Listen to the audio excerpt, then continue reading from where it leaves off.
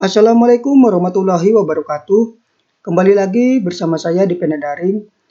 Pada kesempatan di video kelima ini, kita masih membahas latihan soal kompetensi manajerial pada aspek pelayanan publik.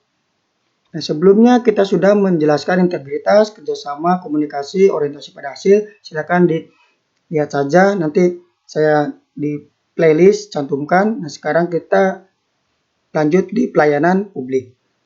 Nah, adapun untuk pelayan publik ini, definisi dari Permen-Pan RB nomor 38 tahun 2017 adalah kemampuan dalam melaksanakan tugas-tugas pemerintahan, pembangunan, dan kegiatan pemenuhan kebutuhan pelayanan publik secara profesional, transparan, mengikuti standar pelayanan yang objektif, netral, tidak memihak, tidak diskriminatif, serta tidak terpengaruh kepentingan pribadi, kelompok, golongan, atau partai politik.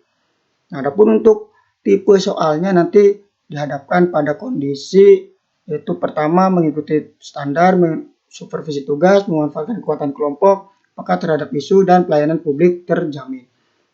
Nah, ini kalau di permen-permennya adalah level 1, 2, 3, 4, 5. Oke, langsung saja untuk ke pertanyaannya. Soalnya yaitu kamu seorang dokter umum di IGD RS pemerintah. Kemudian datang seorang ibu bawa anaknya dalam kondisi sekarat. Apa yang kamu lakukan? A. Menolongnya duluan dan mengabaikan pasien lain. B. Menyuruh ibu tersebut mengantri sesuai nomor urut. C. Memprioritaskan anak tersebut. D. Membiarkannya saja. Jawabannya apa teman-teman? Ya, jawabannya adalah yang C. Memprioritaskan anak tersebut. Nah, di kondisi ini anaknya dalam kondisi sekarat. Artinya apalagi di IGD pasti harus diprioritaskan. Jadi yang harus dilakukan adalah memprioritaskan anak tersebut agar mendapatkan pelayanan yang optimal dan memang karena keadaan darurat. Apalagi di sini sudah kondisi sekarat. Adapun untuk A, menolongnya duluan dan mengabaikan pasien lain. Nah, ini bagus, tapi tidak juga harus mengabaikan pasien lain. Artinya di IGD juga pasti ada petugas-petugas kesehatan lain, misalkan perawat ataupun dokter lain. Nah, ini Anda pasti juga mempunyai tugas di IGD tersebut. Artinya ya tidak boleh mengabaikan pasien lain, tapi tetap harus sesuai dengan prosedur yang ada. Dan yang B adalah menyuruh ibu tersebut mengantri sesuai nomor urut. Nah, ini juga tidak boleh karena di sini kondisi anak tersebut kondisinya sekarat. Jadi ini nanti kepuasan dari si pelanggan ataupun si konsumen itu nanti buruk terhadap penilaian IGD-nya. Jadi ya apalagi namanya IGD ya berarti harus cepat dilayani. Adapun untuk yang D ini membiarkannya saja. Ini juga malah justru mengabaikan pelayanan publik. Dan ini juga nanti efeknya ya kepuasan pelanggan itu buruk terhadap penilaian RS-nya seperti itu. Jadi yang paling tepat adalah yang C, memprioritaskan anak tersebut. Oke, jelas ya? Nah, untuk yang poinnya tertinggi yaitu 4C, 3A, 2B, dan 1D. Oke, lanjut untuk pertanyaan selanjutnya. Anda bekerja di bagian perusahaan pelayanan publik dan perusahaan Anda menerapkan sistem excellent service terhadap konsumen. Sistem excellent service begitu penting bagi perusahaan. Apa yang harus dilakukan? A. Mempelajari lagi bagaimana penerapan excellent service. B. Melakukan training jadwal untuk semua karyawan. C. Mempelajari dan memperdalam pengetahuan tentang excellent service. D. Mendatangkan mentor untuk mengajari kembali excellent service. Jawabannya apa teman-teman? Ya, jawabannya adalah yang B, melakukan training terjadwal untuk semua karyawan. Nah, ini juga nanti tumpuan Anda untuk bekerja lebih optimal, apalagi untuk pelayanan publik. Anda harus melakukan ya pelatihan-pelatihan dan ini pelatihannya pun terjadwal agar ya tidak mengganggu ke kegiatan-kegiatan atau pelayanan-pelayanan yang lain. Jadi harus dikondisikan terlebih dahulu siapnya kapan, dan ini sasarannya itu untuk semua karyawan. Adapun yang A ini mempelajari lagi bagaimana penerapan excellent service, artinya ya ini individual. Nah, kalaupun individual nanti ada kendala tidak paham betul-betul oleh, kalau misalkan bukan dari mentornya masing atau yang lebih ahli dari penerapan excellent service. Jadi ini lebih ke otodidak. Ini yang C ini mempelajari dan memperdalam pengetahuan tentang excellent service. Ini juga bagus, ya sama seperti yang A ini, tapi itu tadi ketika mempelajarinya cuma otodidak ataupun sendiri ya, ini di nantinya tidak optimal ataupun tidak mendalam terhadap pengetahuan tentang excellent service-nya. Nah, kemudian yang D ini juga lebih bagus mendatangkan mentor untuk mengajari kembali excellent service. Nah, ini tapi kalau ini nanti ke tidak ada perkembangan, artinya terus didampingi terus. Tapi yang paling bagus adalah yang B ini, melakukan training terjadwal. Jadi mendatangkan mentor tapi terjadwal. Kalau ini mendatangkan mentor tetapi tidak dikondisikan waktunya. Oke, jelas ya? Nah, untuk poin tertinggi adalah 4B, 3D, 2C, dan 1A.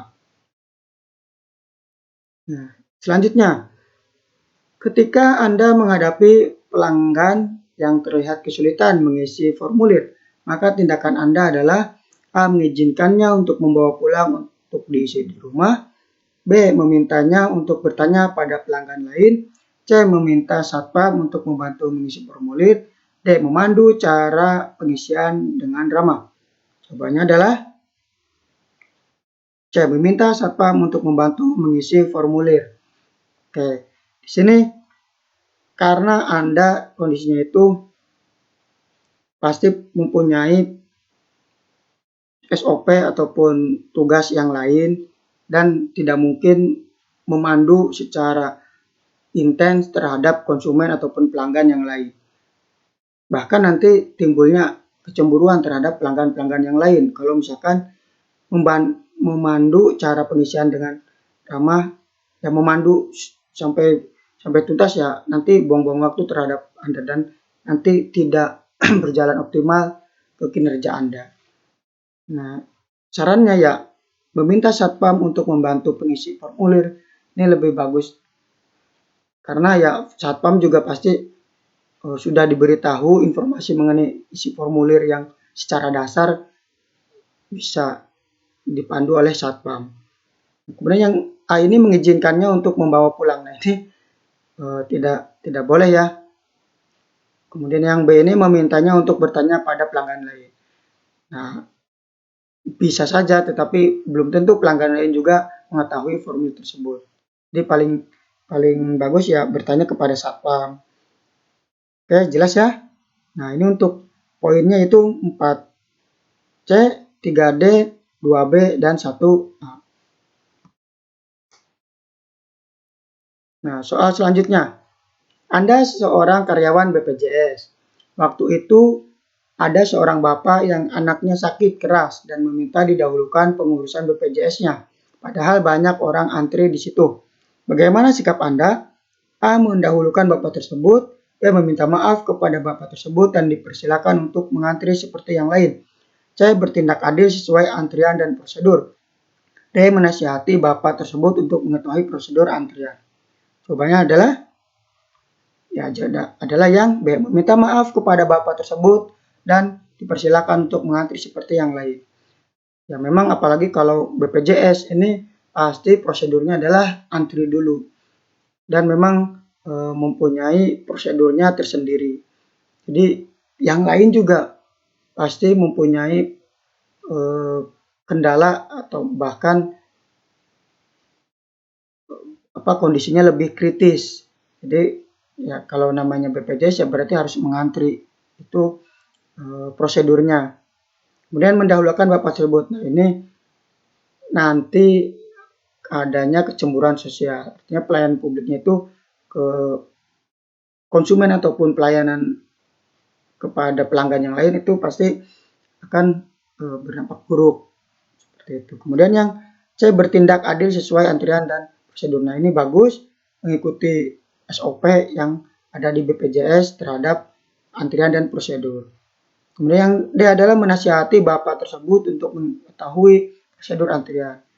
Nah, ini juga nanti bagus, tapi nanti buang-buang waktu. Nah, kalau bisa ya ditanyakan kepada satpam saja, nanti satpam yang menjelaskan.